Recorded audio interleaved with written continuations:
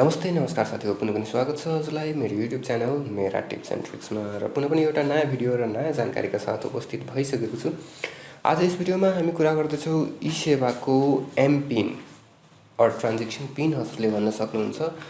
E-Sewaको MPIन यदि हजुरले बिर्सिनु भएको छ भने E-Sewaको MPIन हजुरले कसरी रिसेट गर्न सक्नुहुन्छ भन्ने बारे आज हाम्रो यो भिडियो रहेको छ। यसभन्दा पहिलेको भिडियोमा मैले हजुरलाई E-Sewaको MPIन हजुरलाई थाहा भएको खण्डमा हजुरले E-Sewaको MPIन कसरी चेन्ज गर्न सक्नुहुन्छ भन्ने बारे भिडियो बनाएको थिएँ।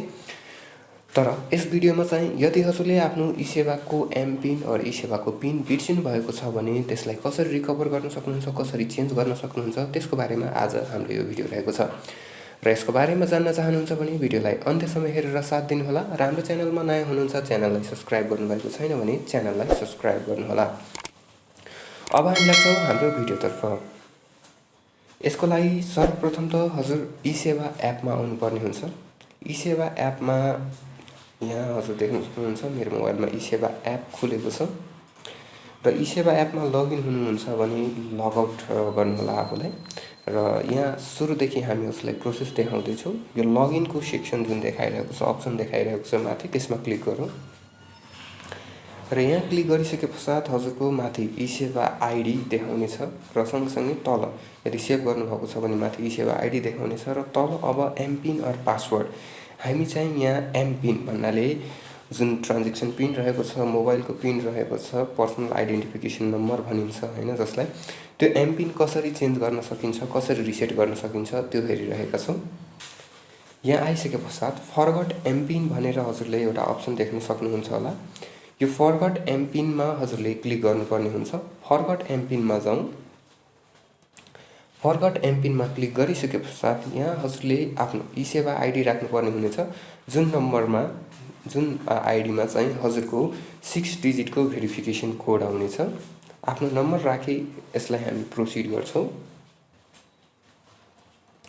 प्रोसिडमा गइसके पश्चात हजुरको मोबाइलमा एउटा भेरिफिकेसन कोड आउनेछ र यदि हजुरले E-Sewaलाई मेसेजको लागि परमिसन दिनुभएको छ भने आफै त्यो कोड इन्ट्री भएर हजुरको त्यो प्रोसेस अगाडि बढ्नेछ र मैले परमिसन दिएको कारणले गर्दाखेरि आफै त्यो कोड त्यहाँ राखिसकेर आफै कोड इन्ट्री भइसकेर यो अब नयाँ पिन राख्नको लागि मलाई अप्सन देखाइरहेको छ। अब चाहिँ हजुरले आफ्नो 4 डिजिटको नयाँ ट्रान्जेक्सन पिन यस्तो पिन राख्नु होला जुन कि हजुरलाई सम्झन सजिलो होस्।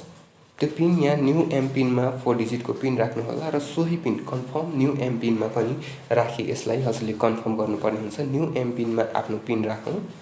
मैले न्यू एमपिन र कन्फर्म न्यू एमपिन दुईटैमा आफ्नो पिन राखिसकेको छु। अब यसलाई हामी डन गर्छौँ र यति गरिसके पश्चात हजुरको एमपिन सक्सेसफुली चेन्ज भइसकेको छ। E-Sewaको पिन सक्सेसफुली चेन्ज भइसकेको छ। अब हजुर सोही पिन युज गरेर यहाँ लगइन गर्न सक्नुहुन्छ। अब लगइनमा जाउँ र लगइनमा गइसके पश्चात हजुरको E-Sewa आइडी माथि नै देखाइरहनेछ। यदि देखाइरहेको छैन भने आफ्नो E-Sewa आइडी राख्नु होला र त्यसपश्चात हजुरले आफ्नो एमपिन यहाँ राख्न सक्नुहुन्छ। एमपिन राखेर सजिलै लगइन हुन सक्नुहुन्छ। आफ्नो एमपिन राखेर यहाँ म लगइन हुनेछु र म आफ्नो E-Sewa आइडीमा यहाँ लगइन भइसकेको छु। यहाँ मलाई फिङ्गरप्रिन्ट राख्ने कि नराख्ने भनेर अप्सन देखाइरहेको छ। यसमा चाहिँ म यदि हजुरले चाहनुहुन्छ भने यसमा इनेबल फिङ्गरप्रिन्ट एक्सेस गर्न सक्नुहुन्छ भने, यदि हजुर फिङ्गरप्रिन्ट राख्न चाहनुहुन्न भने नेभर आस्क अगेनमा हजुरले यसलाई क्लिक गर्न सक्नुहुन्छ। म चाहिँ नेभर आस्क अगेनमा जान्छु। सो त्यो चाहिँ हजुरको चोइस अनुसार हजुरले आफ्नो चोइस सेलेक्ट गरेर अगाडि प्रोसेस बढाउन सक्नुहुन्छ र यसरी यति गरिसके पश्चात चाहिँ हजुरले आफ्नो E-Sewaको एमपिन सजिलै रिसेट गर्न सक्नुहुन्छ, चेन्ज गर्न सक्नुहुन्छ। र भिडियो मन परे पनि भिडियोलाई पक्कै पनि लाइक गर्नुहोला, च्यानललाई सब्स्क्राइब गर्नुहोला, भिडियो जानकारीमूलक लागि भिडियोलाई सेयर गर्नुहोला।